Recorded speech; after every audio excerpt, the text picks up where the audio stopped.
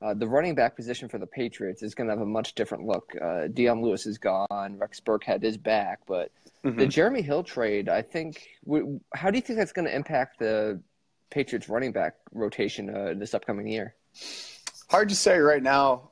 I think what the strategy that they took last year, and it worked out pretty well, was they spread about $10 million in cap space among four different backs. So it seems that they're trying to do that again this year.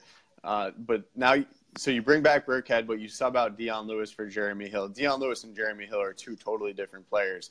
So the makeup of that backfield is not the same as what it was. But the principle is, I think Bill Belichick, he doesn't want to spend a lot of money on one player at that position. It's an extremely injury-prone position. He wants to collect veteran depth, and he's done that again. Now you have James White, who his role is locked in. You have Burkhead, who can do a bunch of different things.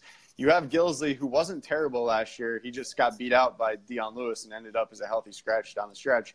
And you have Jeremy Hill, a guy who I think can give you something similar to what LeGarrette Blount brought in the 3 seasons he was with the Patriots. Jeremy Hill's a big guy, 6'1", 235. He runs pretty well for his size. He's actually pretty agile for his size too.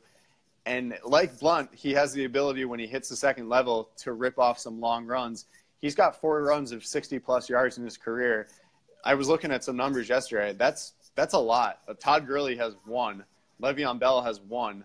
LaShawn McCoy, who's been in the league for 5 more seasons than Jeremy Hill, also has 4. So to rip off 4 separate runs of 60-plus yards, that's showing consistent ability with your breakaway speed and just his instincts when he gets to the second level. He just has a good feel for where to go.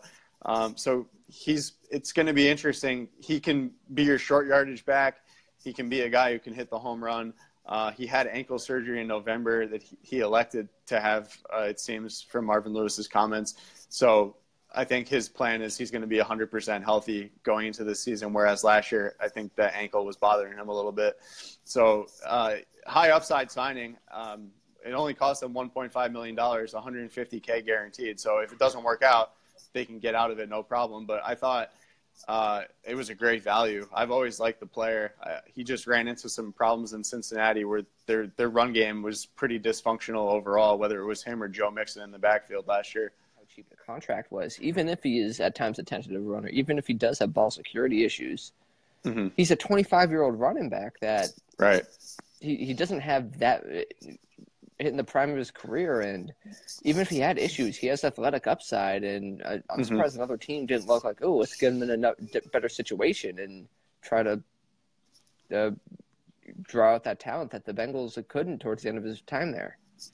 Yeah, it was surprising because when you see guys sign that 1-year, $1.5 million deal, usually that's way later in free agency when it's clear they don't have many options. Jeremy Hill put the pen to paper on this thing within 3 days of free agency starting. So we're going to talk to him on a conference call probably within the coming week. So I'm sure we'll get a handle for what his thinking was in doing that.